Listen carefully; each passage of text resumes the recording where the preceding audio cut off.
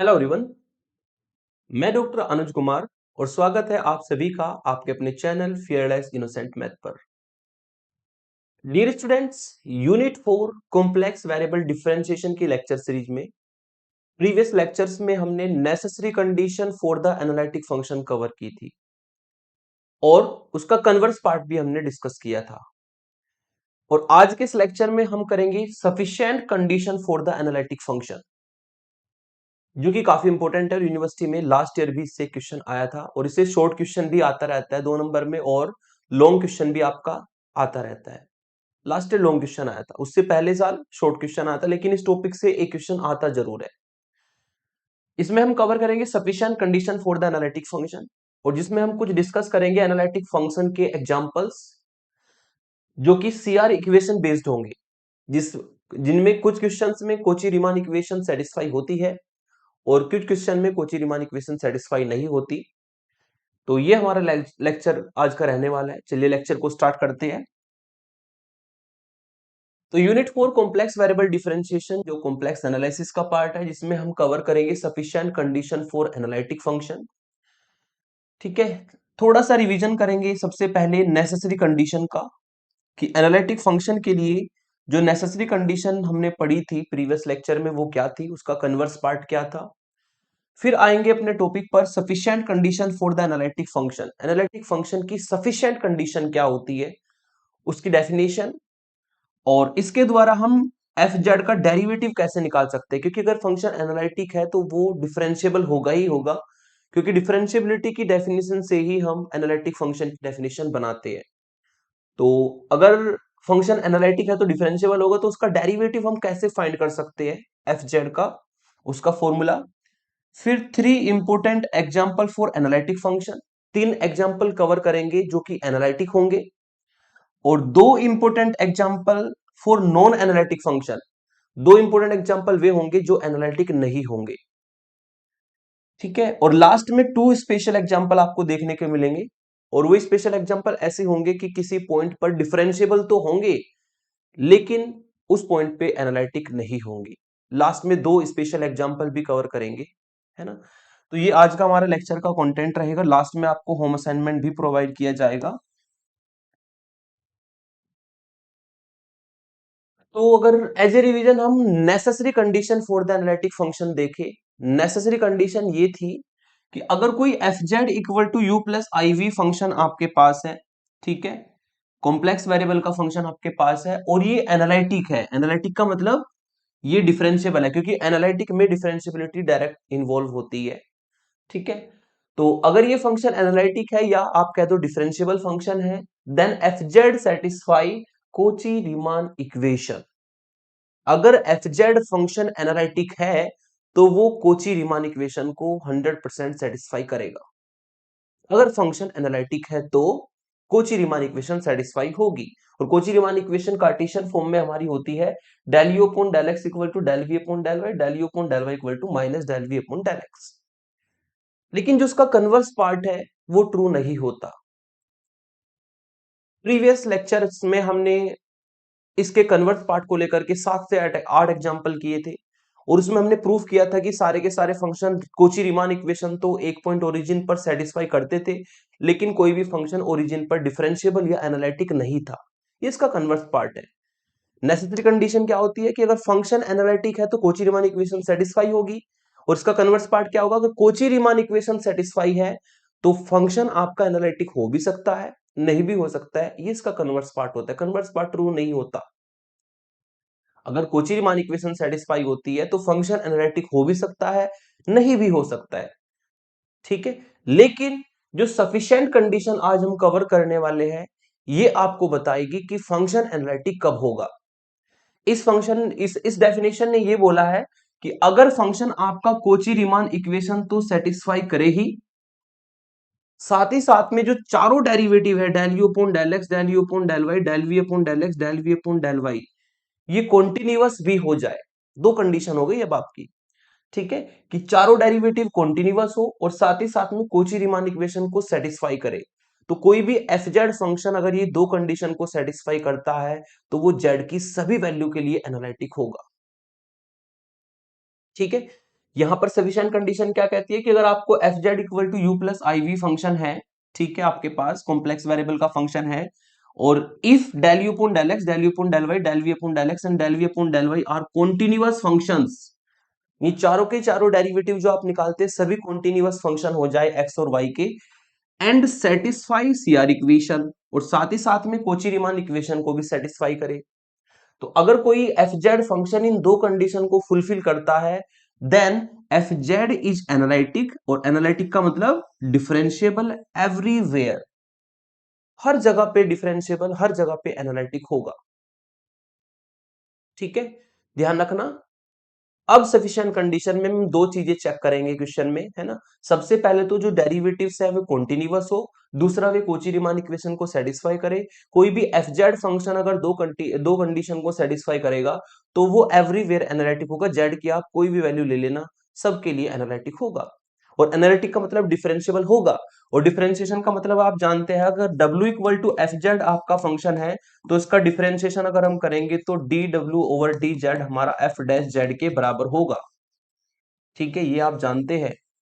ठीक है, तो अब अगर फंक्शन आपका सफिशिएंट कंडीशन से एनालिटिक हो गया है, डिफरेंशिएबल हो गया, तो उसका डिफरेंशिएशन हम इस फॉर्मूले से निकाल सकते हैं। फॉर्मूला यहां पर लिखा है D W upon D Z, इसका डिफरेंशिएशन करेंगे इसी फॉर्म में, जो कि एफ डैश जेड होगा, और जिसको निकालने के लिए हम u का del u upon del x use करते हैं, प्लस आयोटा v के लिए भी del v upon del x use करते हैं। ठीक है, तो इस फॉर्मूले को लेकर के हम फंक्शन का डेरिवेटिव निकाल सकते हैं जेड की किसी भी वैल्यू के लिए। ये किसी पर्टिकुलर पॉइंट के लिए बात नहीं हो रही भाई। अभी तक जो आपने लेक्चर्स किए हैं वो ज्यादातर ओरिजिन पर बेस्ड थे, कि ओरिजिन पर हमने डिफरेंशियबिलिटी, ओरिजिन पर हमने एनालिटिसिटी, ओरिजिन पर हमने कोची रीमान इक्वेशन को यूज किया। लेकिन यहाँ पर फॉर ऑल जेड की बात हो रही है, यहाँ पे अब सीधा डिफरेंशिएशन चलेगा, एक्स के रेस्पेक्ट में वाई कांस्टेंट, वाई के रेस्पेक्ट में एक्स कांस्टेंट, वही पार्शियल डिफरेंशिएशन का रूल।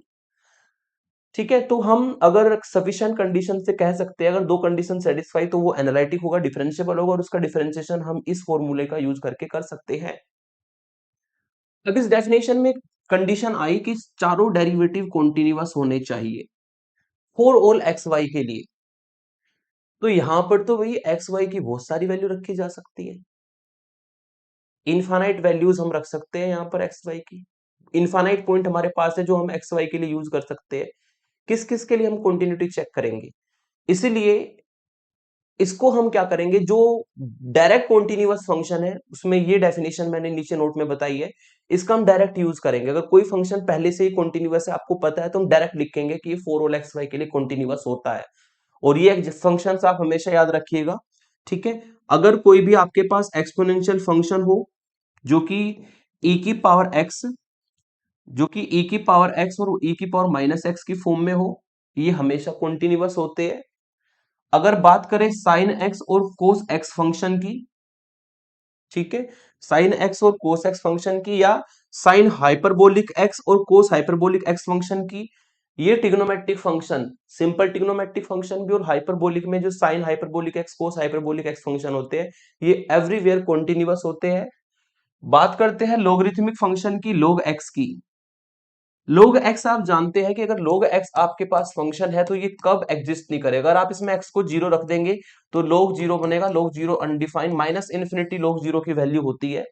ठीक है, तो लोग एक्स फंक्शन भी कॉन्टिन्यूअस तो होता है, लेकिन कहां पर नहीं होगा, एक्स इक्वल टू जीरो पर नहीं होगा। इसलिए मैंने यहां पर फंक्शन में लिखा है x is not equal to zero, क्योंकि इसमें अगर एक्स को जीरो रख दिया फंक्शन डिफाइन ही नहीं होगा, फंक्शन कॉन्टिन्यूटी भी एग्जिस्ट नहीं करेगी और इसका डिफरेंशियबिलिटी भी ओरिजिन पर एग्जिस्ट नहीं करेगी। तो ये फंक्शन भी कॉन्टिन्यूअस होता है, लेकिन x is not equal to zero के लिए, मतलब एक्स जो है जीरो के बराबर नहीं होना चाहिए, तभी कॉन्टिन्यूअस होता है। साथ ही साथ में पोलिनोमियल फंक्शन एक्स में हो, पोलिनोमियल में आप ले सकते हो एक्स स्क्वायर, एक्स क्यूब, ठीक है, इस तरीके से कोई भी फंक्शन आप पोलिनोमियल में मान सकते हो, या अलजेब्रा की इक्वेशन ले सकते हो, है ना। इस तरीके से a x square plus b x plus c cubic, या क्वाड्रेटिक किसी भी तरह की इक्वेशन ले सकते हो। तो जो भी पोलिनोमियल होता है ये ऑलवेज कॉन्टिन्यूअस, ये जितने भी फंक्शंस मैंने यहाँ पर लिखे हैं सभी कॉन्टिन्यूअस फंक्शन होती है, वेल डिफाइन है पहले से ही, तो हम एक एक पॉइंट पे चेक नहीं करेंगे। ठीक है, ये हर पॉइंट पे एग्जिस्ट करते हैं, हम क्या करेंगे, डायरेक्ट लिखेंगे कि ये फंक्शन कॉन्टिन्यूअस है, क्योंकि ये फंक्शन कॉन्टिन्यूअस होते हैं और वेल डिफाइंड है पहले से ही। और ये आप जानते हैं अगर दो कॉन्टिन्यूअस फंक्शन का एडिशन हम करें, सब्ट्रैक्शन हम करें या मल्टीप्लीकेशन हम करें, जो आउटपुट में हमारा रिजल्ट मिलता है वो भी एक कॉन्टिन्यूअस फंक्शन ही बनेगा। ये दूसरे नोट में बताया था, addition, subtraction and multiplication of two continuous function are always a continuous function.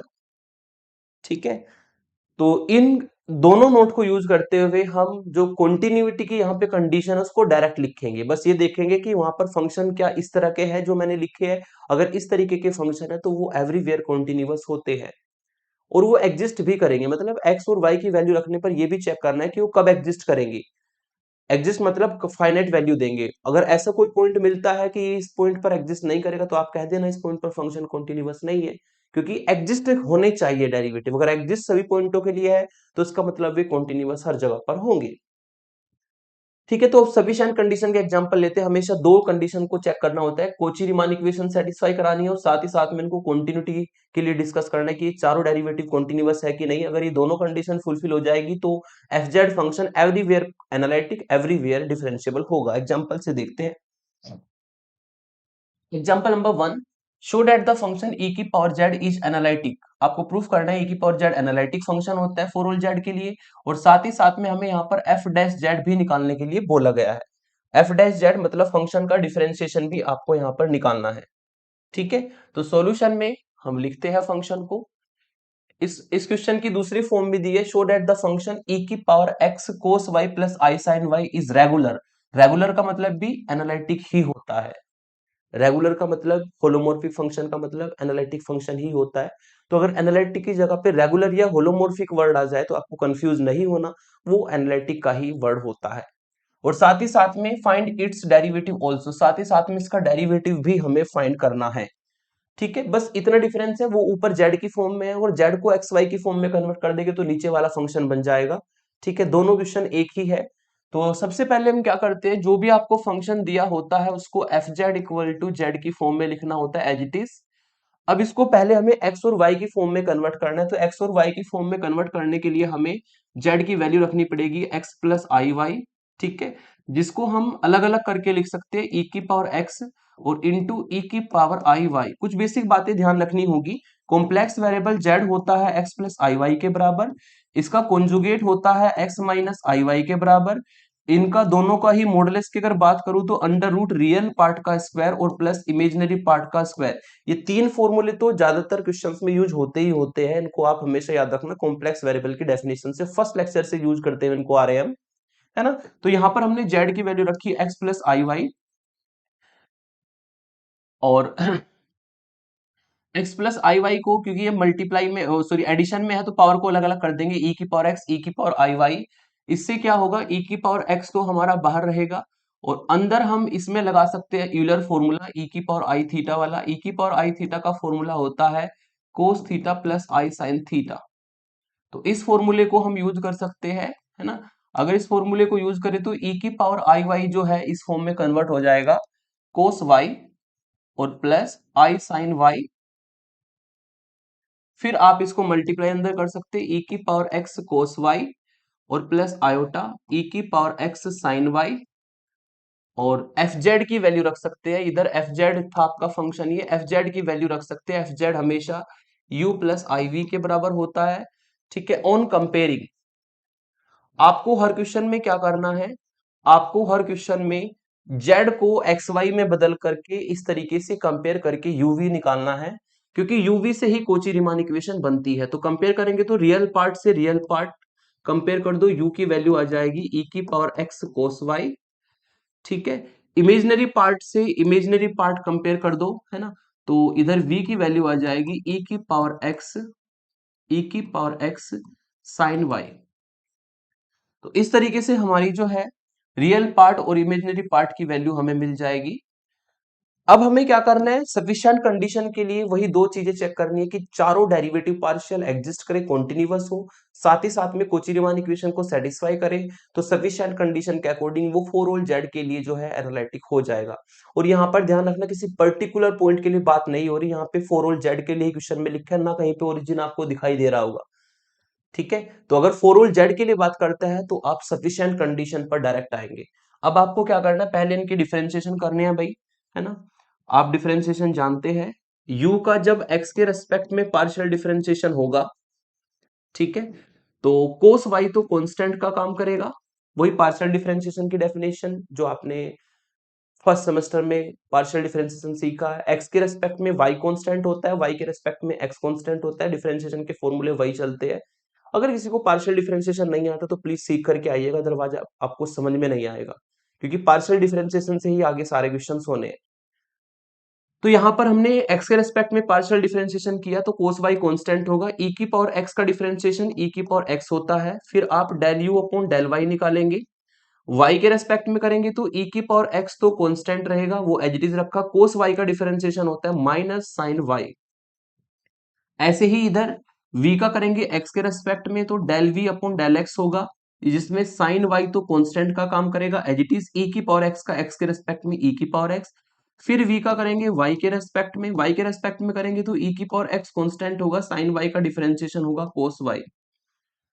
ठीक है, अब ये चारों के चारों जो डेरिवेटिव है, ये e की पावर x एक्सपोनेंशियल फंक्शन और साइन और कोस फंक्शन से मिलके बने हैं। जो मैंने अभी नोट में बताया था, एवरीवेयर कॉन्टिन्यूअस होते हैं, आप इसमें x और y की कोई भी वैल्यू रख लेना, फाइनाइट वैल्यू, ये हमेशा आपको फाइनाइट वैल्यू देंगे, एग्जिस्ट करेंगे।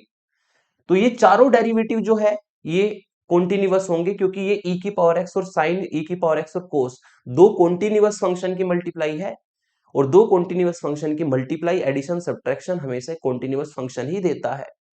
ठीक है, तो ये चारों के चारों जो डेरिवेटिव है ये वेल नोन है, sine x sine y, cos x cos y, e की पावर एक्स, ये सब के सब जो है आपके कॉन्टिन्यूअस फंक्शन होते हैं।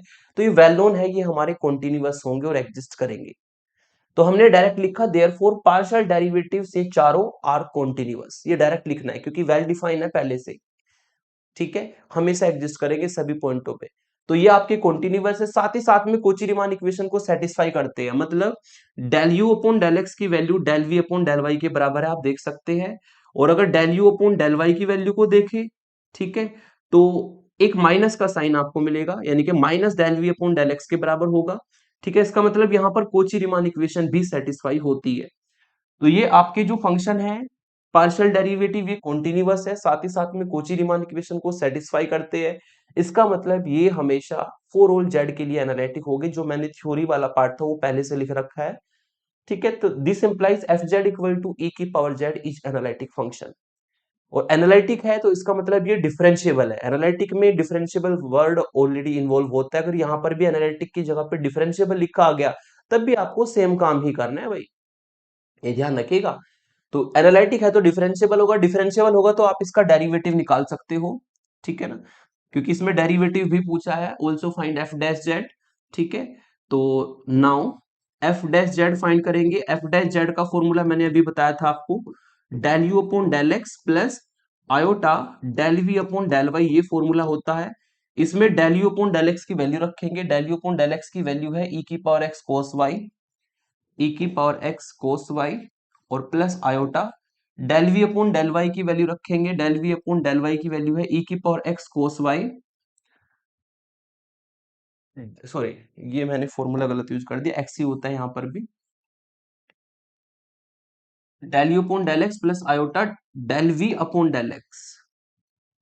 एक बार चेक कर लेते हैं, हाँ यहाँ पर भी del u upon del x, यहाँ पर भी del v upon del x होता है। तो फॉर्मूला रखेंगे पहले डेरिवेटिव वाला डिफरेंशिएबल वाला, जो कि मैंने पीछे बताया था आपको स्लाइड में, ये फॉर्मूला होगा। यहाँ पर del u upon del x की वैल्यू रखी ई की पावर एक्स कोस वाई, फिर del v upon del x की वैल्यू रखनी है ई की पावर एक्स साइन वाई, यहाँ पर रख देंगे ई की पावर एक्स साइन वाई। इसमें से देखा जाए तो आप जो है ई की पावर एक्स को कॉमन ले लो, अंदर आपको मिलेगा cos y plus i sign Y, और अगर इसी फॉर्मूले को यूज करें तो ये ई की पावर आई वाई बन जाएगा। तो ये बनेगा ई की पावर एक्स ई की पावर आई वाई, जिसको हम e की पावर x प्लस आई वाई भी लिख सकते हैं, और ई एक्स प्लस आई वाई की वैल्यू z होती है। तो जो यहाँ पर आपको f डैश जेड मिलेगा, मतलब फंक्शन का डेरिवेटिव मिलेगा, वो e की पावर z होगा। ठीक है, वैसे तो आप जानते हैं भाई कि एफ जेड अगर e की पावर z है तो इसका डिफरेंशिएशन z के रेस्पेक्ट में करेंगे, e की पावर z ही आएगा। लेकिन प्रूफ करके दिखाना है आपको, इस तरीके से फॉर्मूला लगाना है, क्योंकि जेड हमारा कॉम्प्लेक्स वेरिएबल है, तो आपको इस तरीके से फॉर्मूला लगाना है, सारी वैल्यू पुट करनी है और फिर इसको जेड में बदल के प्रूफ करके दिखाना है। ठीक है, एफ डैश जेड ई की पावर जेड ही आएगा, आंसर आपको पता है, लेकिन आप इस तरीके से प्रूफ करके दिखाएंगे कि f dash z equal to e की पावर जेड फॉर्मूला लगाने के बाद। तो इस तरीके से क्वेश्चन 2 नंबर में आते रहते हैं भाई, है ना, एनालिटिक वाले। सेकंड एग्जांपल लेते हैं, या स्क्रीनशॉट ले लीजिए आप लोग। सेकंड एग्जांपल लेते हैं, ठीक है। सेकंड एग्जांपल में आपको फंक्शन दिया है, show that the function f z equal to z की पावर 3 इज एनालिटिक एवरीवेयर। तो यहां पर हम क्या करेंगे, फंक्शन को लिखा है f z equal to z की पावर 3, पहले हम जेड की वैल्यू रखेंगे एक्स प्लस आई वाई की पावर 3, और यहां पर फॉर्मूला लगेगा ए प्लस बी की पावर 3 वाला। ठीक है, तो a प्लस बी की पावर 3 का फॉर्मूला सभी को पता होना चाहिए, क्योंकि रियल और इमेजिनरी पार्ट को अलग करने के लिए हमें फॉर्मूला लगाना पड़ेगा। और फॉर्मूला आपका होता है a की पावर 3 प्लस b की पावर 3 प्लस 3a² b और प्लस 3ab², ये आपका फॉर्मूला होता है। तो ये फॉर्मूला यहाँ पर लगेगा, a का काम करेगा x और b का काम करेगा i y। तो a की जगह पे रखा आपने x, तो x की पावर 3 प्लस b की पावर 3 यानी कि i की पावर 3 y की पावर 3 प्लस 3a² यानी कि x², और b की वैल्यू है आपकी आई वाई, ठीक है, और प्लस 3ab² यानी कि x, और b² का मतलब i² y²। अब जहां जहां पे आपका i² की वैल्यू रखी जा सकती है, i² की वैल्यू -1 रख देंगे। तो यहां पर अगर आप वैल्यू रखते हैं x की पावर 3, i² की वैल्यू -1 रखेंगे, एक i बचा रहेगा क्योंकि वो i की पावर 3 है। i की पावर 3 का मतलब i² इंटू आई होता है। तो इसकी वैल्यू जब -1 रखेंगे तो यहाँ पर ये आपको -i जो है मल्टीप्लाई करके मिलेगा। तो माइनस आयोटा y की पावर 3 प्लस i यहां पर बाहर ले लेंगे, ये आपको 3x² देगा, और यहां पर i² की वैल्यू रखेंगे -1, तो 3xy² आपको मिलेगा। तो इसको सॉल्व करने में जरा सी भी जल्दबाजी ना करें, 2 नंबर में क्वेश्चन आपका 2023 में भी यूनिवर्सिटी एग्जाम में पूछा जा चुका है। अब इसमें रियल पार्ट और इमेजिनरी पार्ट को अलग करना है। पहले लेंगे वो टर्म्स, ठीक है, वो टर्म्स लेंगे जिसमें आयोटा नहीं है, तो एक टर्म ये और एक टर्म ये, इसमें आई नहीं है, इनको एक साथ लिख देंगे, x की पावर 3 माइनस 3xy²। ठीक है, फिर लेंगे वो टर्म्स जिसमें आई है।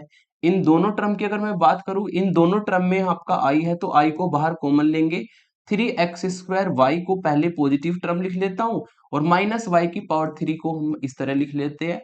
और चूंकि ये फंक्शन की वैल्यू थी एफ जेड की, और एफ जेड बराबर होता है यू प्लस आई वी के, तो यहां से आपको कंपेयर करने पर, ठीक है, ऑन कंपेयरिंग आपको यू और वी की वैल्यू मिल जाएगी। u और v की अगर वैल्यू की बात करें तो u हमारा यहां पर आएगा x की पावर 3 माइनस 3xy², ठीक है, और ऐसे ही आपको v की वैल्यू यहां पर मिलेगी 3x² y माइनस y की पावर 3। डिफरेंशिएशन करेंगे, देयरफॉर डेल u अपॉन अगर डेल x निकालते हैं तो x के रेस्पेक्ट में y कांस्टेंट होता है, ठीक है, तो x के रेस्पेक्ट में करेंगे 3x², ठीक है, यहां पर x के रेस्पेक्ट में करेंगे तो 3y² कांस्टेंट होगा, और x का डिफरेंशिएशन 1। फिर del u upon del y निकालेंगे, y के रेस्पेक्ट में करेंगे तो x की पावर 3 का 0 माइनस 3x यहाँ पर कांस्टेंट होगा, और y² का होगा 2y, जिसको सॉल्व करके आपको मिलेगा -6xy, ठीक है। फिर v का करो सेम तरीके से, v का जब x के रेस्पेक्ट में डिफरेंशिएशन होगा, तो x के रेस्पेक्ट में डिफरेंशिएशन करने पर आपको मिलेगा 3y कांस्टेंट, और x² का 2x यानी कि 6xy, और y की पावर 3 का 0 चूंकि वो कांस्टेंट है। फिर v का करेंगे y के रेस्पेक्ट में, y के रेस्पेक्ट में x कांस्टेंट होगा तो 3x² कांस्टेंट, ठीक है, y का 1, और y की पावर 3 का होगा, y की पावर 3 का होगा आपका 3y², ठीक है। तो y के रिस्पेक्ट में इस तरीके से हम डिफरेंशिएशन करेंगे। अब आप देख सकते हैं ये जो फंक्शंस आपके बने हैं, चारों जो डेरिवेटिव बने हैं, ये x और y की पावर में बने हैं, इसका मतलब ये पोलिनोमियल फॉर्म में है। और ये जब भी आप z की कोई फाइनाइट वैल्यू रखेंगे, x और y की कोई फाइनाइट वैल्यू रखेंगे, हमेशा एग्जिस्ट करेंगे, ठीक है। आप कोई भी वैल्यू x y की रख के देख लीजिए, ठीक है। इसका मतलब ये चारों डेरिवेटिव पोलिनोमियल से अगर बने हैं, उनकी मल्टीप्लीकेशन है, तो इसका मतलब ये चारों के चारों डेरिवेटिव कॉन्टिन्यूअस है। और साथ ही साथ में कोची रीमान इक्वेशन को भी सेटिस्फाई करते हैं। Del u upon del x तो बराबर है del v upon del y के, और del u upon del y बराबर है minus del v upon del x के। आप दोनों वैल्यू को रख के देख सकते हैं, हमेशा सेटिस्फाई होगा। तो इसका मतलब ये चारों डेरिवेटिव कॉन्टिन्यूअस है। साथ ही साथ में आपके कोची रीमान इक्वेशन को भी सेटिस्फाई करते हैं। तो बाय द सफिशिएंट कंडीशन आप लिख सकते हैं कि जो f z equal to z की पावर 3 फंक्शन है इज एनालिटिक एवरीवेयर। वैसे आप जानते हैं f z equal to z, z square, z की पावर 3, ये पोलिनोमियल फंक्शन है जेड में और ये हमेशा एनालिटिक होंगे। एग्जाम में चाहे f z equal to z square आ जाए वो भी एनालिटिक होना है, एग्जाम में चाहे f z equal to z की पावर 4 आ जाए वो भी एनालिटिक होना है। तो ये हमेशा ध्यान रखना, जेड में अगर कोई पोलिनोमियल है तो एवरीवेयर एनालिटिक होगा ही होगा। तो जेड की पावर 3 को मैंने यहाँ पे प्रूफ करके दिखाया इस तरीके से, यू वी निकाल के, पार्शियल डेरिवेटिव कॉन्टिन्यूअस और कोची रीमान इक्वेशन सेटिस्फाई, तो जेड की सभी वैल्यू के लिए एनालिटिक होगा। ठीक है, ये सेकंड एग्जांपल हो गया। थर्ड एग्जांपल लेते हैं, काफी इंपॉर्टेंट एग्जांपल है, f z equal to log z. इसमें बोला गया है कि ये फंक्शन जो है एनालिटिक होगा एवरीवेयर, लेकिन किसको छोड़कर, एक्सेप्ट जेड इक्वल टू 0 को छोड़कर। ये एवरीवेयर एनालिटिक है लेकिन एक पॉइंट पर ये एनालिटिक मतलब डिफरेंशिएबल नहीं होता और वो है जेड इक्वल टू 0। और ये आप जानते भी है कि एफ जेड जो फंक्शन है, अगर इसमें आपने जेड को 0 रख दिया तो log 0 बनेगा, और log 0 का मतलब माइनस इन्फिनिटी होता है। ये 0 पर एग्जिस्ट ही नहीं करेगा, तो ना तो 0 पे कॉन्टिन्यूअस होगा, ना 0 पे इसकी लिमिट एग्जिस्ट करेगी, ना ही 0 पे डिफरेंशिएबल होता है। क्यों नहीं होता डिफरेंशिएबल? अगर आप इसका डिफरेंशिएशन करोगे सीधा डिफरेंशिएशन, तो log जेड का डिफरेंशिएशन 1 अपॉन जेड होता है, अगर इसमें आपने जेड को 0 रख दिया ना, अगर आपने जेड को 0 रख दिया तो 1 अपॉन 0 भी इन्फिनिटी होता है। तो ये फंक्शन जो है हर जगह पे एनालिटिक कॉन्टिन्यूअस होता है, डिफरेंशिएबल होता है, लेकिन एक पॉइंट पर नहीं होता, और वो पॉइंट है आपका जेड इक्वल टू 0। और साथ ही साथ में इसका डेरिवेटिव भी फाइंड करना है। ठीक है, तो चलिए इसको भी प्रूफ कर देते हैं। इसमें प्रॉब्लम बस स्टूडेंट्स को ये आती है कि इसकी रियल पार्ट और इमेजिनरी पार्ट कैसे अलग अलग करें। एफ जेड इक्वल टू ये फंक्शन दिया है, तो इसको मैं लिख सकता हूं जेड की वैल्यू से एक्स प्लस आई वाई। ठीक है, और इसको ना हमें पोलर फॉर्म में कन्वर्ट करके तब रियल पार्ट इमेजिनरी पार्ट निकालना पड़ेगा। और पोलर फॉर्म के लिए हमें पुट करना होता है एक्स की जगह पर आर कोस थीटा, ठीक है, वाई की जगह पर रखना होता है आर साइन थीटा, ये रखना होगा। साथ ही साथ में आपको ये भी पता है, अगर x को r cos थीटा, y को r sin थीटा ले, तो r स्क्वायर की जो वैल्यू है वो x square plus Y square होती है, वेल डिफाइन है। दोनों का होल स्क्वायर करके ऐड करो, यही आएगा। और दोनों को अगर डिवाइड कर दे तो tan थीटा निकलता है। ठीक है, दोनों को अगर डिवाइड करें तो r sin theta upon r cos theta equal to y upon x, r से r कटेगा, sin theta tan theta sin theta cos theta tan थीटा बनेगा। tan थीटा की वैल्यू होती है y अपॉन x। तो ये वेल नोन चीजें हैं जो आपको पता होनी चाहिए। पोलर फॉर्म में कन्वर्ट करने के लिए आपको ये चीजें जो है यहाँ पर यूज करनी पड़ेगी, तब ये जो है रियल पार्ट और इमेजिनरी पार्ट में अलग अलग हो पाएगा। तो यहाँ पर हमने x की वैल्यू रखी भाई, x की वैल्यू आपकी हो गई है आर कोस थीटा, वाई की वैल्यू आर साइन थीटा। क्यों ना आर को बाहर ले लिया जाए, अंदर बचेगा कोस थीटा और प्लस आई साइन थीटा। ठीक है, और अगर इसको देखा जाए तो ये बन जाएगा आपका लॉग आर, और ये बन गया Euler formula cos theta plus i sine theta. ये फॉर्मूला होता है आपका ई की पावर आई थीटा का। ठीक है, तो ये आर ई की पावर आई थीटा बन गया। और अब इसमें log mn की प्रॉपर्टी आप लगा सकते हैं। ठीक है, log mn की प्रॉपर्टी आपने पढ़ी होगी, अगर log m इंटू एन होता है तो वो प्रॉपर्टी होती है log m को अलग कर दो प्लस log n को अलग कर दो। m का काम करेगा r और n का काम करेगा e की पावर आई थीटा, दोनों को अलग अलग कर देते हैं, तो log r और प्लस log e की पावर आई थीटा। और ये आप जानते हैं कि log से e हट जाता है तो यहां पर log r बचेगा, और e से log हटने पर आई थीटा बचेगा। अब r की और थीटा की वैल्यू यहां पे रख देंगे।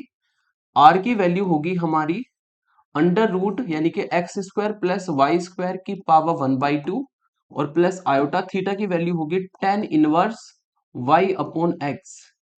तो ये हमारा जो है एफ जेड इस फॉर्म में आ जाएगा। एफ जेड की वैल्यू रख देते हैं, एफ जेड की वैल्यू होती है u प्लस आई वी के बराबर, और यहाँ पर ये log m की पावर n की प्रॉपर्टी लगा देंगे।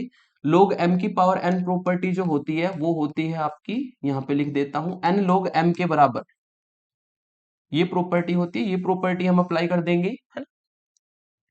तो यहां से आपको मिलेगा भाई 1/2 log x square plus Y square, ये 1/2 इंटू में आ जाएगा इस प्रॉपर्टी से, plus i tan inverse y upon x.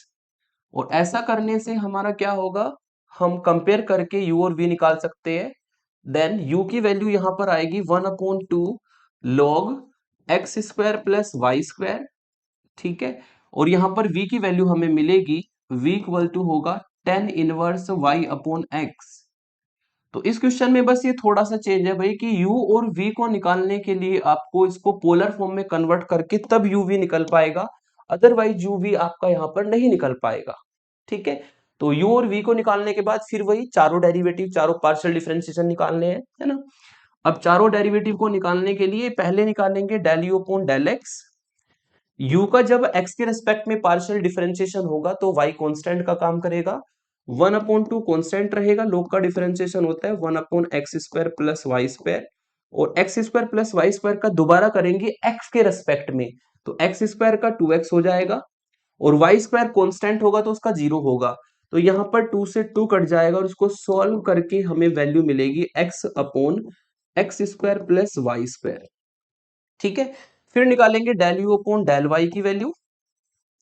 इसमें भी देखा जाए तो 1/2 कांस्टेंट होगा, log x का डिफरेंशिएशन 1/x की फॉर्म में होता है, तो 1 में x square plus Y square होगा। फिर आपको x square plus Y square का दोबारा करना है y के रेस्पेक्ट में, तो x कांस्टेंट होगा, एक्स स्क्वायर का 0, वाई स्क्वायर का 2y। यहाँ पे भी 2 से 2 कट जाएगा, सोल्व करके y upon x square plus Y square मिलेगा। तो u से हमने del u upon del x और del u upon del y निकाला, v से भी del v upon del x और del v upon del y निकालेंगे, ठीक है। तो यहां पर अगर v से निकाले del v upon del x, तो x के रिस्पेक्ट में tan inverse y upon x का डिफरेंशिएशन, tan इनवर्स x का डिफरेंशिएशन होता है 1/1 प्लस x का होल स्क्वायर, x का काम कर रहा है y अपॉन x, तो y अपॉन x का होल स्क्वायर, जिसको सॉल्व करके y square upon x square मिलेगा। तो पहले तो tan इनवर्स का फॉर्मूला लगाया, अगर आपको tan इनवर्स का फॉर्मूला नहीं आता तो नोट कर लीजिएगा, ठीक है। अगर हम x के रेस्पेक्ट में tan इनवर्स x का डिफरेंशिएशन करते हैं तो 1/1 प्लस एक्स स्क्वायर होता है। x का काम यहाँ पर y अपॉन x कर रहा था, तो मैंने x की जगह पे y अपॉन x को यूज किया है, लेकिन y अपॉन x तो x और y दोनों का फंक्शन है, अगर x के रेस्पेक्ट में पार्शियल डिफरेंशिएशन करेंगे तो y अपॉन x का दोबारा करना पड़ेगा, और अगर दोबारा करेंगे y अपॉन x का डिफरेंशिएशन तो y तो रहेगा कांस्टेंट, x के रेस्पेक्ट में y क्या रहेगा, कांस्टेंट, वहां पर कौन बचेगा, 1 अपॉन x बचेगा, और 1 अपॉन x का अगर x के रेस्पेक्ट में डिफरेंशिएशन करोगे तो माइनस 1 अपॉन एक्स स्क्वायर होता है, तो यहां पर आप वैल्यू रख देंगे माइनस ऊपर और नीचे एक्स स्क्वायर। फिर इसको आपको जो है एलसीएम लेकर के थोड़ा सा सॉल्व कर लेना है भाई, है ना। यदि इसको एलसीएम लेकर के सॉल्व करेंगे तो ये एक्स स्क्वायर से एक्स स्क्वायर कट जाएगा, और यहां पर आपको डिवाइड में मिलेगा एलसीएम लेकर के x square plus Y square, और ये एक्स स्क्वायर से एक्स स्क्वायर कटेगा, ऊपर माइनस वाई बचेगा, यानी कि del v upon del x की वैल्यू होगी, ठीक है। फिर हम निकालेंगे इस v का y के रेस्पेक्ट में डिफरेंशिएशन, और अगर v का y के रेस्पेक्ट में डिफरेंशिएशन करें तो सेम तरीके से आपको चलना पड़ेगा। v का y के रेस्पेक्ट में करेंगे तो tan इनवर्स का तो सेम रहेगा 1/1 प्लस वाई अपॉन एक्स का होल स्क्वायर, फिर y अपॉन एक्स का दोबारा करेंगे y के रेस्पेक्ट में, तो 1 अपॉन एक्स तो कांस्टेंट रहेगा, और y का डिफरेंशिएशन y के रेस्पेक्ट में 1 हो जाएगा। इसको भी एलसीएम लेकर के अगर सॉल्व करोगे तो ये एक x बचेगा, एक x कट जाएगा, x upon x square plus Y square बनेगा, ठीक है। तो अब इस फंक्शन को आप जरा देखिए, ये आपके चारों डेरिवेटिव हमने फाइंड कर लिए, है ना, इनको देखिएगा।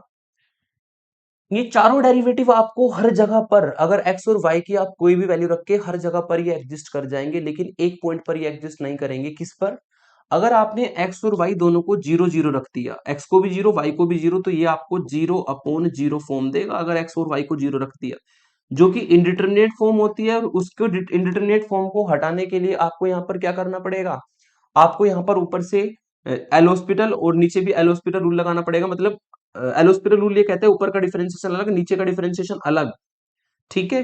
तो यदि आप उस तरीके से सॉल्व करते हैं तो ऊपर डिफरेंशिएशन एक्स के रिस्पेक्ट में करके 1 आ जाएगा, नीचे 2x आ जाएगा, और जब इसमें x को 0 रखोगे तो 1/0 इन्फिनिटी देगा।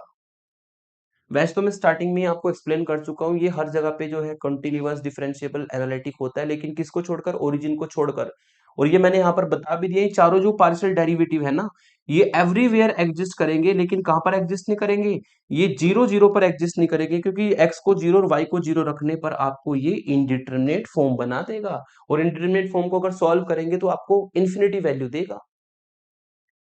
तो ये चीजें हमने डायरेक्ट लिखनी है कि ये जो चारों डेरिवेटिव है ये एवरीवेयर कॉन्टिन्यूअस है, हर जगह पे फाइनाइट वैल्यू देंगे, लेकिन कहां पर आपको फाइनाइट वैल्यू नहीं देंगे, ये आपको फाइनाइट वैल्यू ओरिजिन पर नहीं देंगे, यानी कि 0 0 पर।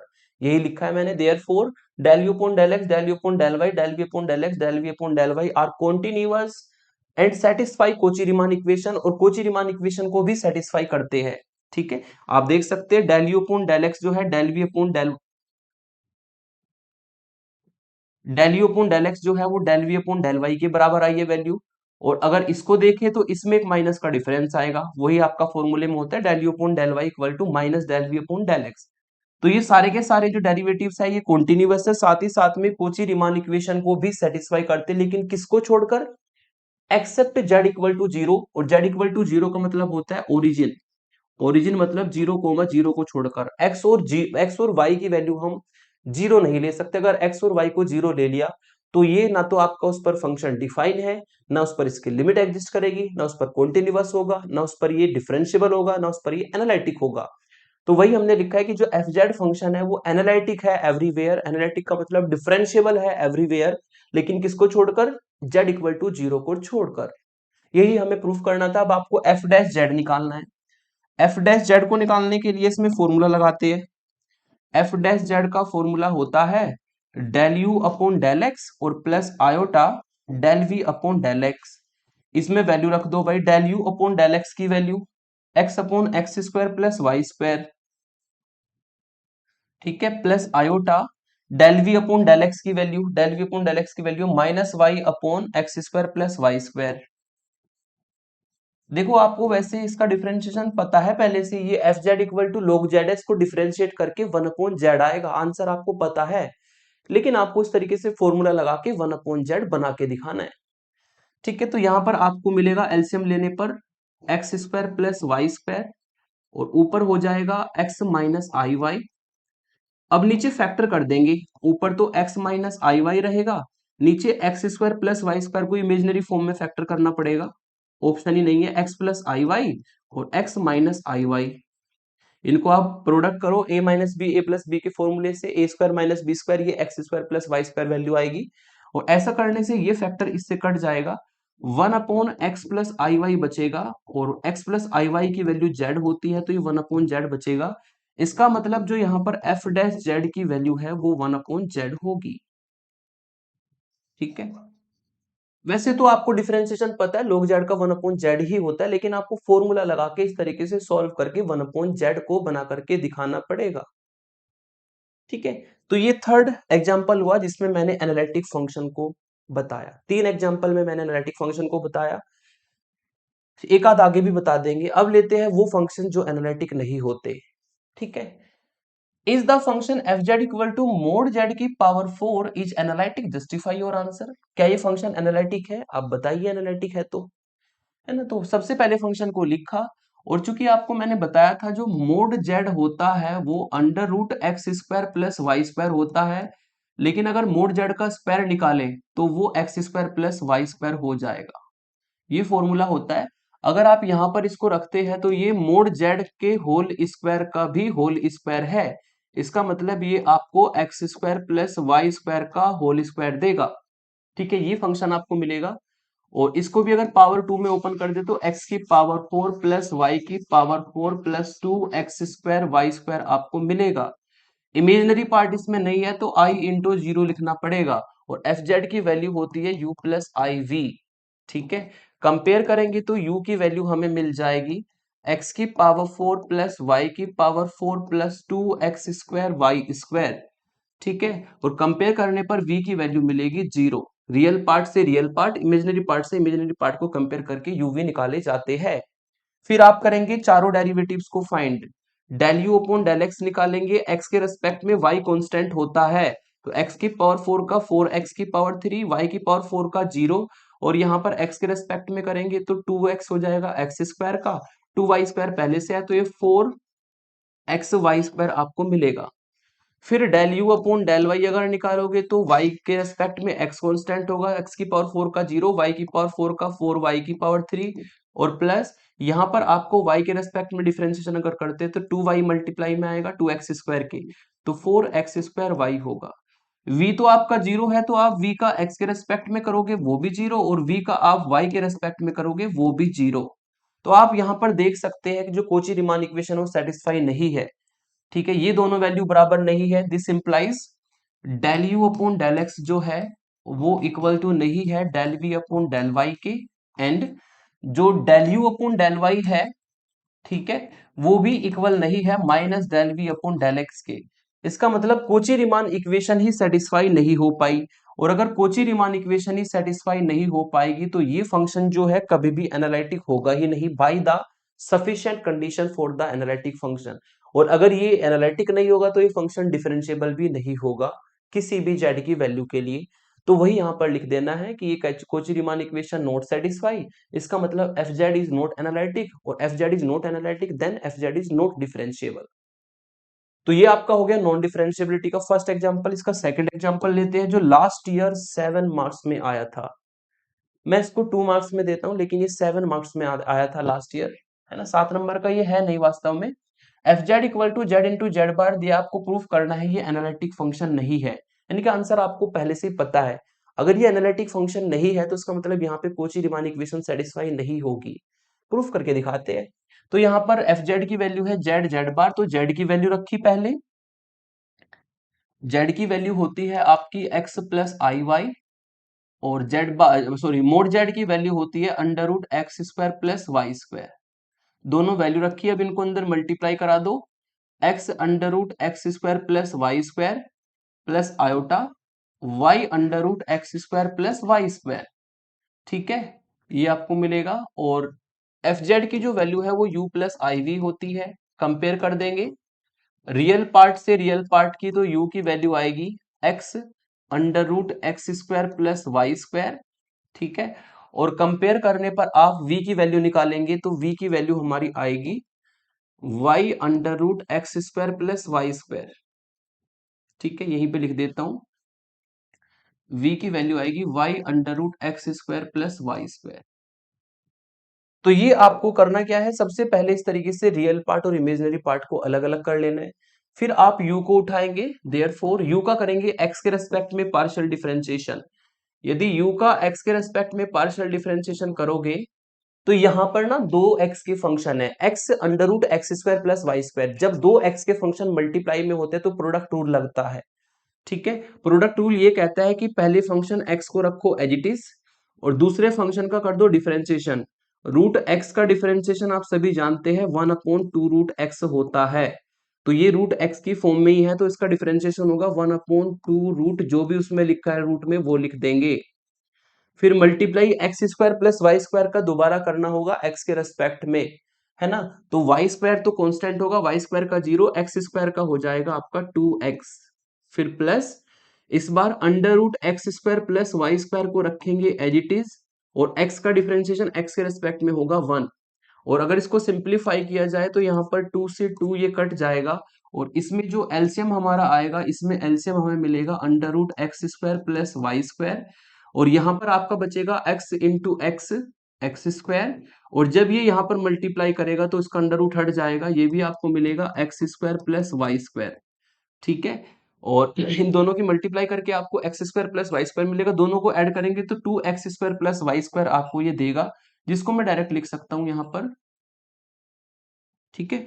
इसको सॉल्व करके मिलेगा 2x स्क्वायर, एक्स और एक्स मिलकर के x square plus x square 2x square plus Y square. तो ये हमारा जो है फर्स्ट डेरिवेटिव हमने फाइंड कर दिया जो है आपका del u upon del x, जिसमें आपको प्रोडक्ट रूल लगा के डिफरेंशिएशन करना पड़ेगा, ठीक है। फिर हम निकालते हैं del u upon del y की वैल्यू। अगर y के रेस्पेक्ट में करेंगे तो इस बार जो x है वो तो कांस्टेंट होगा, under root x square plus Y square में y है तो उसका डिफरेंशिएशन करना पड़ेगा। अंडर रूट का डिफरेंशिएशन होता है 1/2 under root x square plus Y square, और यहाँ पर आपको x square plus Y square का दोबारा करना पड़ेगा y के रेस्पेक्ट में, तो एक्स स्क्वायर कांस्टेंट होगा 0, वाई स्क्वायर का होगा 2y, और ऐसा करने से 2 से 2 तो आपका कट जाएगा, और ऊपर आपको मिलेगा एक्स वाई और नीचे मिलेगा under root x square plus Y square. ठीक है, तो u का आपने डिफरेंशिएशन किया, del u upon del x, del u upon del y निकाला। अब v को उठाते हैं, ठीक है, v को उठाते हैं और v का भी हम डिफरेंशिएशन करते हैं। v का करेंगे x के रेस्पेक्ट में, तो ये y कांस्टेंट होगा, और under root x square plus Y square का करेंगे तो 1/2 under root x square plus Y square आएगा, और x square plus Y square का दोबारा करेंगे x के रेस्पेक्ट में, तो वाई स्क्वायर का 0, एक्स स्क्वायर का 2x होगा। इसको सॉल्व करके आपको मिलेगा 2 से 2 कट जाएगा, 2 से 2 कट जाएगा, आपको मिलेगा x y upon under root x square plus Y square. ठीक है, फिर हम निकालेंगे del v upon del y की वैल्यू। दो y के फंक्शन मल्टीप्लाई में है, दो y के फंक्शन मल्टीप्लाई में होने का मतलब आपको जो है यहाँ पर प्रोडक्ट रूल लगाना पड़ेगा। पहले y को एज इट इज रखो, अंडर रूट वाली टर्म का करो differentiation, 1/2 under root x square plus Y square होगा, और root x square plus Y square में x square plus Y square y का फंक्शन है तो दोबारा करना पड़ेगा, एक्स स्क्वायर तो कांस्टेंट उसका 0, वाई स्क्वायर का 2y, फिर plus under root x square plus Y square को एज इट इज रखेंगे, और y का डिफरेंशिएशन 1 होगा। इसको भी एलसीएम लेकर के सॉल्व कर लीजिएगा, 2 से 2 कटेगा, एलसीएम लेकर के अगर सॉल्व करेंगे तो root x square plus Y square तो एलसीएम आएगा, ये वहां पे जाकर के x square plus Y square हो जाएगा प्लस वाई स्क्वायर, यानी कि x square plus 2y square आपको ये मिलेगा। ठीक है, तो आप यहां पर देख सकते हैं कि कोची रीमान इक्वेशन सेटिस्फाई ही नहीं होगी। क्या del u upon del x की value del v upon del y के बराबर है? नहीं है, तो आप लिख सकते हैं दिस इंप्लाइज जो del u upon del x है वो इज नॉट इक्वल टू है del v upon del y के। ठीक है, तो ये तो आपकी फर्स्ट ही कोची रीमान इक्वेशन सेटिस्फाई नहीं हुई, तो दूसरी भी नहीं होगी, आप चेक कर सकते हैं, है ना। क्या del u upon del y minus del v upon del x के बराबर है? नहीं है, माइनस का साइन तो कहीं है ही नहीं, तो del u upon del y is not equal to minus del v upon del x. ठीक है, तो यानी कि यहां पर कोची रीमान इक्वेशन सेटिस्फाई होती ही नहीं है, और अगर यहां पर कोची रीमान इक्वेशन सेटिस्फाई होती ही नहीं है तो इसका मतलब ये फंक्शन आपका जो है एनालिटिक या डिफरेंशिएबल कभी नहीं होगा। ठीक है, क्योंकि यहां पर कोची रीमान इक्वेशन सेटिस्फाई हुई ही नहीं है। तो ये क्वेश्चन लास्ट ईयर 7 नंबर में आता है, अकॉर्डिंग टू मी ये 2 मार्क्स से ज्यादा का है नहीं, है ना, क्योंकि इसमें कुछ है ही नहीं, आपको डिफरेंशिएशन करना है और बता देना है कि कोची रीमान इक्वेशन सेटिस्फाई नहीं है। तो नॉन एनालिटिसिटी के लिए आपको हमेशा ऐसे ही करना है भाई, कि कोची रीमान इक्वेशन वहां पे सेटिस्फाई नहीं होगी, फंक्शन एनालिटिक नहीं होगा कहीं भी, और ना ही फंक्शन एनालिटिक होगा, और ना ही फंक्शन एनालिटिक की वजह से डिफरेंशिएबल होगा। ये कुछ होमवर्क एग्जांपल मैंने आपको दिए जो आपको करने हैं। Is the function f z equal to mod z square, मैंने मोड जेड की पावर 4 वाला कराया था, ये आप करिएगा। ये एनालिटिक होता नहीं है, कोची रीमान इक्वेशन सेटिस्फाई नहीं होगी। मैंने आपको जेड की पावर 3 वाला कराया था, यहाँ पे जेड स्क्वायर वाला है। फिर ये आपका है show that the function is not analytic, यहाँ पे भी कोची रीमान इक्वेशन सेटिस्फाई नहीं होगी। फिर ये 3 और 5 एग्जांपल दो करिएगा, f z equal to sine z और f z equal to cos z, ये हमेशा एनालिटिक होते हैं, जिसमें एक मैंने कराया है, एक आप करना, एक मैंने यहाँ पे सॉल्व कर रखा ऑलरेडी। ठीक है, इसमें एक ही ट्रिक होती है बस, वो आपको बतानी जरूरी थी इसलिए मैंने सॉल्व किया, बाकी कुछ है नहीं इसमें। F z equal to sine z दिया है, जेड की वैल्यू मैंने रखी, जेड की वैल्यू होती है साइन एक्स प्लस आई वाई। अब यहां पर रियल पार्ट इमेजिनरी पार्ट को ओपन करने के लिए आपको साइन ए प्लस बी का फॉर्मूला लगाना पड़ेगा। साइन ए प्लस बी का फॉर्मूला क्या होता है? साइन ए प्लस बी का फॉर्मूला आपको पता है, मैं ऊपर लिख देता हूं, आप जो भी फॉर्मूला यूज करें साइड में लिख देना यहाँ पे, है ना। फॉर्मूला होगा साइन ए कोस बी और प्लस कोस ए साइन बी, ये फॉर्मूला हमारा होता है साइन ए प्लस बी का, जो कि यहाँ पर हमने अप्लाई किया है, बाई करके लिख देता हूं, ये हमने यहाँ पर अप्लाई किया है। अगर अप्लाई करेंगे तो साइन एक्स कोस आई वाई, क्योंकि बी का काम आई वाई कर रहा है, कोस एक्स साइन आई वाई, तो आपने पहले साइन ए प्लस बी का फॉर्मूला लगाना है। फिर यहां पर जो मेन काम है वो ये है, जो कोस आई वाई होता है ना, वो कोस हाइपरबोलिक वाई के बराबर होता है, तो यहां पे मैंने कोस आई वाई की वैल्यू को कोस हाइपरबोलिक वाई लिख दिया। ये दो फॉर्मूले शायद आपको नहीं आते होंगे, इनको आपको याद करना होगा दोनों क्वेश्चन के लिए, एग्जाम्पल 5 के लिए भी और 3 के लिए भी। तो कोस आई वाई की वैल्यू कोस हाइपरबोलिक वाई होती है। फिर यहां पर आपका आया है साइन आई वाई, जो साइन आई वाई होता है, साइन आई वाई जो है एक आई बाहर मल्टीप्लाई में आता है और साइन हाइपरबोलिक वाई के बराबर होता है। ठीक है, तो जो आई बाहर मल्टीप्लाई में आएगा वो मैंने यहां पे लिखा है, ठीक है, और ये बन जाएगा साइन हाइपरबोलिक वाई। तो ये दो फॉर्मूले हमने यूज किए हैं, बस इन दोनों फॉर्मूलों की वजह से ही मैंने इसको बताया, क्योंकि आपको ये फॉर्मूले आते ही नहीं होंगे। ये 5 में भी और 3 में भी दोनों में यूज होने। हमेशा ध्यान रखना, कोस आई वाई की वैल्यू कोस हाइपरबोलिक वाई और साइन आई वाई की वैल्यू आई साइन हाइपरबोलिक वाई। और एक बात ध्यान रखना, जब तक आप आई को यहां पर नहीं लेके आएंगे, वही ए प्लस आई बी की फॉर्म में या एक्स प्लस आई वाई की फॉर्म में नहीं लाओगे, तब तक आप इसका रियल पार्ट इमेजिनरी पार्ट नहीं बना सकते। तो उसी के लिए हमने एंगल को, एंगल में आई था, एंगल में आई था आपका दोनों में, यहाँ पर कोस में भी और साइन में भी, उस एंगल में आई को बाहर लाने के लिए हमने ये दोनों हाइपरबोलिक वाले फॉर्मूले यूज किए हैं। ठीक है, अब वो सिंपल हो गया, बस u की कंपैरिजन करी तो ये आ गया, और v की कंपैरिजन करी तो आपका ये आ गया। डिफरेंशिएशन करते हुए आपको पता ही है कि जो कोस हाइपरबोलिक y का डिफरेंशिएशन होता है और साइन हाइपरबोलिक y का डिफरेंशिएशन होता है, यहाँ पे साइन हाइपरबोलिक y का नहीं लिखा मैंने, उसका भी लिख देता हूं। ठीक है, अगर आप d अपॉन डी एक्स निकालते हैं, sorry d upon D why he ले लेता हूं यहाँ पर मैं। अगर आप d अपॉन डी वाई निकालते हैं साइन हाइपरबोलिक y का, तो जैसे ट्रिग्नोमेट्रिक फंक्शन का डिफरेंशिएशन होता है, ऐसे इसका होगा कोस हाइपरबोलिक y। लेकिन अगर आप कोस हाइपरबोलिक y का डिफरेंशिएशन करते हैं, ठीक है, तो साइन हाइपरबोलिक y होता है, इसमें माइनस साइन नहीं आता। सिंपल जो ट्रिग्नोमेट्रिक फंक्शन है, साइन एक्स का डिफरेंशिएशन कोस एक्स होता है, सेम हाइपरबोलिक में होगा। कोस एक्स का डिफरेंशिएशन माइनस साइन एक्स होता है, लेकिन यहाँ पर माइनस नहीं आता हाइपरबोलिक में, तो ये ध्यान रखना, कोस हाइपरबोलिक y का डिफरेंशिएशन साइन हाइपरबोलिक y होता है। हाइपरबोलिक फंक्शन अपने आप में एक पूरी बुक होती है, लेकिन ये कहीं कहीं पे यूज हो जाता है, तो हमें फॉर्मूले डायरेक्ट बता करके इसको करना पड़ता है। ठीक है, तो यहां पर जब u का करेंगे x के रेस्पेक्ट में, तो कोस हाइपरबोलिक y कांस्टेंट रहेगा और साइन x का डिफरेंशिएशन कोस x हो जाएगा। फिर u का करेंगे y के रेस्पेक्ट में, तो साइन x तो कांस्टेंट होगा और कोस हाइपरबोलिक y का डिफरेंशिएशन होगा साइन हाइपरबोलिक y, तो दोनों डेरिवेटिव निकल जाएंगे। फिर v आपके पास ये है, v का करेंगे x के रेस्पेक्ट में, तो साइन हाइपरबोलिक y तो कांस्टेंट होगा, कोस x का माइनस साइन x हो जाएगा। फिर v का करेंगे y के रेस्पेक्ट में, तो कोस x तो कांस्टेंट होगा और साइन हाइपरबोलिक y का कोस हाइपरबोलिक y हो जाएगा, दोनों फॉर्मूलों की हेल्प से। तो आप देख सकते हैं सारे की सारे जो फंक्शन है ना, साइन कोस से मिलके बने हैं, जो एवरीवेयर कॉन्टिन्यूअस होते हैं, फाइनाइट वैल्यू देते हैं, एग्जिस्ट करते हैं। इसका मतलब ये चारों डेरिवेटिव कॉन्टिन्यूअस है, और साथ ही साथ में कोची रीमान इक्वेशन भी सेटिस्फाई होती है। Del u upon del x del v upon del y के बराबर है, और del u upon del y minus del v upon del x के बराबर है। यू कैन सी हेयर, तो सारे के सारे डेरिवेटिव कॉन्टिन्यूअस है, साथ में कोची रीमान इक्वेशन को सेटिस्फाई करते हैं। इसका मतलब जो f z equal to sine z function होता है, वो एवरीवेयर एनालिटिक होता है। ठीक है, सेम तरीके से कोस जेड में होगा।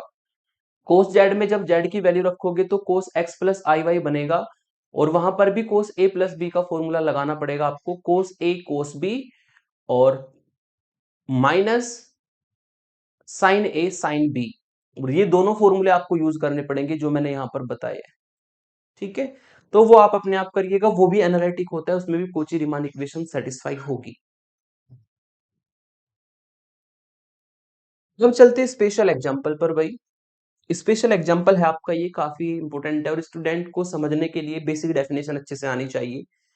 जो मैंने एनालिटिक फंक्शन की डेफिनेशन बताई थी आपको, वो कुछ इस तरीके से थी भाई, कि कोई एफ जेड फंक्शन है, वो किसी जेड नोट पॉइंट पर एनालिटिक होगा। एफ जेड फंक्शन है, वो किसी जेड नोट पॉइंट पर क्या होगा, एनालिटिक फंक्शन होगा। मेन डेफिनेशन जो थी हमारी, यदि वो जेड नोट पे डिफरेंशिएबल हो, सबसे पहले तो, सबसे पहले क्या हो, जेड नोट पे डिफरेंशिएबल हो, और जो उसके नेबरिंग पॉइंट्स है, जो उसके आसपास पॉइंट्स है, बहुत सारे पॉइंट्स होंगे, इनफाइनाइट पॉइंट्स होंगे, उन सभी पॉइंटों पर भी इस एफ जेड को डिफरेंशिएबल होना पड़ेगा।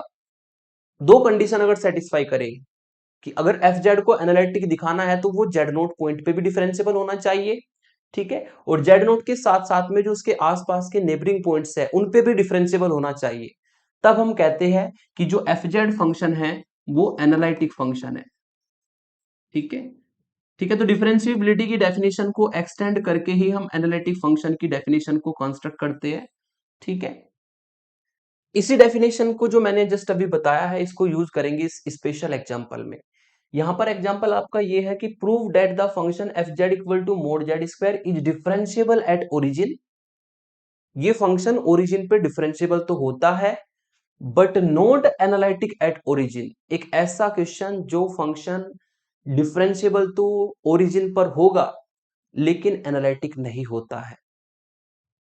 इसका मतलब अगर आपको ओरिजिन पर एनालिटिसिटी चेक करनी है तो आपको ये डेफिनेशन लगानी पड़ेगी। और ये फंक्शन ओरिजिन पर, जेड नोट का काम ओरिजिन करेगा, ये फंक्शन ओरिजिन पर 0 0 पर तो डिफरेंशिएबल होगा लेकिन ये एनालिटिक नहीं है ओरिजिन पर। इसका मतलब ओरिजिन पर तो डिफरेंशिएबल है लेकिन जो उसके आसपास के नेबरिंग पॉइंट्स है ये उन पे डिफरेंशिएबल नहीं है। ठीक है, ये प्रूफ करेंगे हम। सबसे पहले हम 0 0 पर डिफरेंशिएबिलिटी की डेफिनेशन लगा के कोई भी पाथ ले लेना है ना, सेम वैल्यू मिलेगी। 0 0 पर ये डिफरेंशिएबल होता है। ठीक है, तो एफ जेड को लिखा मोड जेड स्क्वायर, अगर जेड को 0 रखेंगे तो एफ जीरो की वैल्यू मोड 0 का होल स्क्वायर जो कि 0 आएगा। डिफरेंशिएबिलिटी की डेफिनेशन लगाएंगे ओरिजिन पर, जो कि जेड नोट की जगह पे 0 हमें यूज करना पड़ेगा। ठीक है, जेड नोट की जगह पे 0 यूज किया है, ये मिलेगा। फिर एफ जेड की वैल्यू रखी mode z square, F zero की वैल्यू रखी 0 और ये आपका हो जाएगा डिवाइड में जेड। इसमें अगर जेड मोड जेड के होल स्क्वायर की वैल्यू रखे, मोड जेड का होल स्क्वायर होता है x square plus Y square के बराबर। साइड में यहाँ पे लिख देता हूँ, फॉर्मूला आपको पता है, मोड जेड इक्वल टू होता है under root x square plus Y square. तो मोड जेड का जो होल स्क्वायर है वो x square plus Y square बनेगा, डिवाइड में जेड की वैल्यू एक्स प्लस आई वाई बनेगी, x y tends to 0 0। Equation 2 डाल देंगे। फिर हमें पाथ्स को लेना होता है। पाथ के लिए आप फ्री, आप इसमें कोई भी पाथ ले लीजिएगा, ये हमेशा आपको 0 वैल्यू देगा। दो पाथ लेकर के मैंने दिखाया आपको। मैंने फैमिली ऑफ स्ट्रेट लाइन लिया y equal to m x और इस लिमिट को निकाला, इसमें y को एम एक्स रखा तो ये आ जाएगा, पूरा फंक्शन x में बदलेगा और x की लिमिट 0 की तरफ जाएगी। फिर ऊपर से एक्स स्क्वायर, नीचे से x को कॉमन लिया तो आपको ये मिलेगा, x से x कट जाएगा, एक पावर कट जाएगी, एक बचेगी। और जब x को 0 रखेंगे तो 0 की मल्टीप्लाई सारे के साथ करके 0 ही आएगा। सेम तरीके से अगर आप पैराबोलिक पाथ ले y equal to m y, x equal to m y square की फॉर्म में, ठीक है, तो इक्वेशन 2 में वैल्यू रखना, जहां पे x है उसकी वैल्यू एम वाई स्क्वायर रखेंगे तो ये y की फॉर्म में कन्वर्ट हो जाएगा। इसमें से भी जो ऊपर नीचे से कॉमन लेकर के कटेगा पहले उसको काट देंगे, फिर जो है हम y को 0 रखेंगे। y को अगर आप यहाँ पे 0 रखते हैं तो आपको ये 0 ही वैल्यू देगा। और ये दो मैंने पाथ लिए हैं, दो कहने को ये दो पाथ है लेकिन इनफाइनाइट पाथ लिए। यहाँ पे इनफाइनाइट स्ट्रेट लाइन लिए, फैमिली ऑफ स्ट्रेट लाइन, यहाँ पर इनफाइनाइट आपको पैराबोलाज लिए। जितनी m की वैल्यूज रखेंगे उतने ही पाथ आपको मिलेंगे। तो मैंने दो ये स्पेशल पाथ लिए m की फॉर्म में और दोनों पर आपको 0 वैल्यू मिली। इनसे अलग भी आप कोई भी पाथ ले लीजिएगा, ये हमेशा आपको 0 ही वैल्यू देगा। और क्यों देगा? क्योंकि ऊपर की डिग्री ज्यादा है और नीचे की डिग्री कम है, हमेशा 0 आना है इसको। तो हम लिख सकते हैं कि therefore we get equal limit along different path, therefore limit do not depend on path, that is limit unique। Limit path पे डिपेंड ही नहीं करती, डिपेंड नहीं करेगी तो यूनिक वैल्यू देगी, यूनिक वैल्यू देगी तो लिमिट एग्जिस्ट करेगी। और ये लिमिट एग्जिस्ट करेगी तो जो एफ जेड फंक्शन है वो ओरिजिन जेड इक्वल टू 0 पर डिफरेंशिएबल होगा। यानी कि आधा काम तो हमने कर दिया, हमने प्रूफ कर दिया कि ये जेड इक्वल टू 0 पर डिफरेंशिएबल होता है। अब by the definition of analytic function, analytic function की डेफिनेशन ये कहती है कि अगर ये z इक्वल टू 0 पर डिफरेंशिएबल है और साथ ही साथ में नेबरिंग पॉइंट्स ये जो पॉइंट्स है यहाँ पे इसके आसपास, अगर ये उन पर भी डिफरेंशिएबल हो जाए फिर तो ये z इक्वल टू 0 पर एनालिटिक हो जाएगा बाय द डेफिनेशन। यानी कि अब हमें चेक करना है जो इसके आसपास ये इनफाइनाइट पॉइंट्स है ना, इन पर आपको डिफरेंशिएबिलिटी चेक करनी है। ठीक है, अगर ये इन पर डिफरेंशिएबल नहीं है तो फंक्शन z इक्वल टू 0 पर बाय द डेफिनेशन एनालिटिक नहीं होगा। ठीक है, तो अब z इक्वल टू 0 पे तो हमने प्रूफ कर दिया डिफरेंशिएबल है। अब हम लेते हैं उसके neighbouring points. Differentiability at z is not equal to 0, इसके आसपास बहुत सारे नॉन जीरो पॉइंट्स होंगे, उन पर डिफरेंशिएबिलिटी लेंगे। और हम इसको क्यों चेक कर रहे हैं? हम इसको चेक कर रहे हैं z इक्वल टू 0 पर एनालिटिक फंक्शन को वेरीफाई करने के लिए। जो डेफिनेशन होती है कि 0 पर भी आपका डिफरेंशिएबल हो, उसके नेबरिंग पॉइंट्स पे भी डिफरेंशिएबल हो, तो आपका 0 पर एनालिटिक होगा। ये कंडीशन हम चेक कर रहे हैं। तो इसके लिए चूंकि आपके ओरिजिन के पास तो भाई इनफाइनाइट पॉइंट होते हैं, किस किस पे आप डेफिनेशन लगाओगे डिफरेंशिएबिलिटी की? बहुत सारे पॉइंट है, एक एक पॉइंट पे डिफरेंशिएबिलिटी लगाना इनफाइनाइट पॉइंटों पे तो इम्पॉसिबल हो जाएगा। तो इस केस में हम क्या करते हैं, इस केस में हम क्या करते हैं भाई, जो आपकी नेसेसरी और सफिशिएंट कंडीशन है उनका यूज करते हैं। आपने नेसेसरी कंडीशन पढ़ी, अगर फंक्शन एनालिटिक है तो वो कोची रीमान इक्वेशन को सेटिस्फाई करेगा। और अगर कोची रीमान इक्वेशन ही सेटिस्फाई नहीं है तो फंक्शन कभी भी एनालिटिक नहीं होगा, और एनालिटिक नहीं होगा तो डिफरेंशिएबल भी नहीं होगा। तो कोची रीमान इक्वेशन से कर लेते हैं इसको, है ना।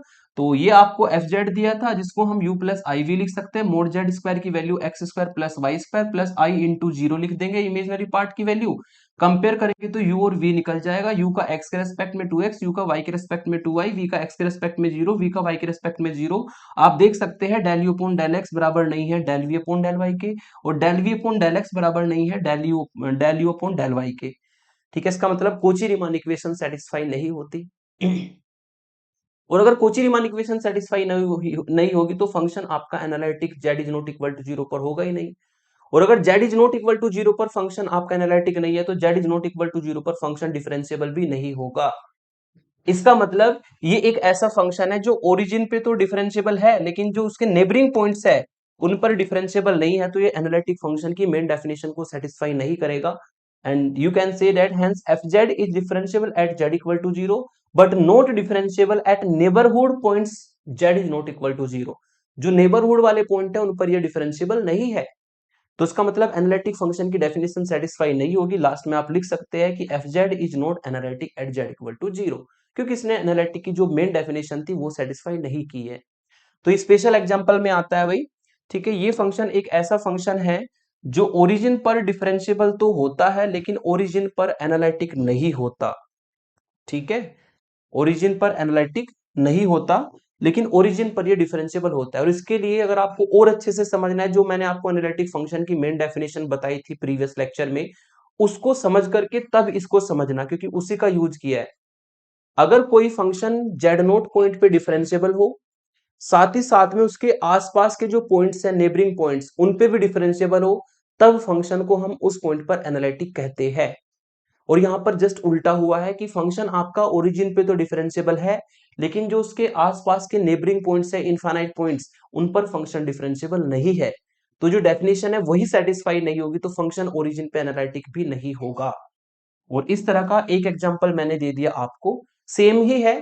अगर जेड और जेड बार की वैल्यू रखोगे ना, तो आप जानते हैं कि जो मोड जेड का होल स्क्वायर होता है वो जेड इंटू जेड बार के बराबर होता है। जैसे मैंने प्रीवियस क्वेश्चन में कराया है, पिछले वाले क्वेश्चन में कराया, सेम तरीके से ये आपका चलेगा।